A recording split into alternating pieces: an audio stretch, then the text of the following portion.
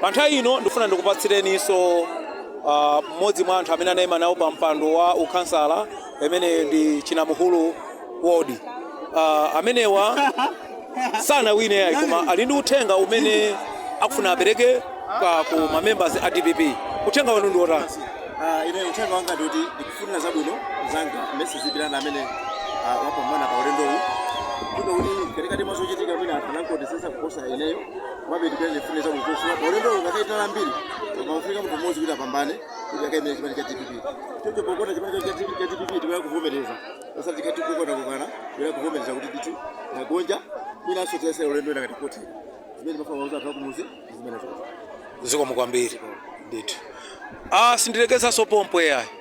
Mikolongo yodi kuliso wina amene wina uja mwadzi wakale kuti wawina ndi wakuti wakuti komanso pa nthawi ino tifuna tilankhuleko ndi olemekezeka kansala amene sanawine pa mpando amenewo ndi olemekezeka Bambo Bokosi. Uthenga wanu ndi otani?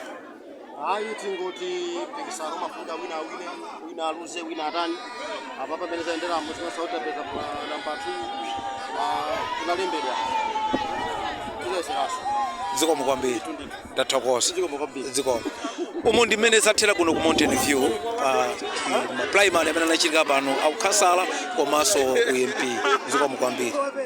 Mumaonera kaklipi kamene kamaonetsa ndithu opikisana osiyanasiyana a chipani cha Democratic Progressive Party ku Chinamuhulu ward mboma la Tcholo akuvomereza kuti iwo ndithu sanapambane pa zisankho za Chipulula. Umutu ndi mmene ndali zathu ku Malawi zimayenera kumakhalira kuti wina akapambana wa chipani chathu kumamusapota kuti chipanicho chipite patsogolo osati ife kuluza wina kuwina koma ndiye kuti basi chidani kugalukira chipani kukayambitsa chipani chathu ndi mkwiyo. Ndithu anzathu a chipani cha Democratic Progressive Party zikomo kwambiri potionetsa ndale zachitsanzo ndale zabwino. Mata Malawi mutuze maganizo anu in the comment section below pompano pa Nyasa Voice Box.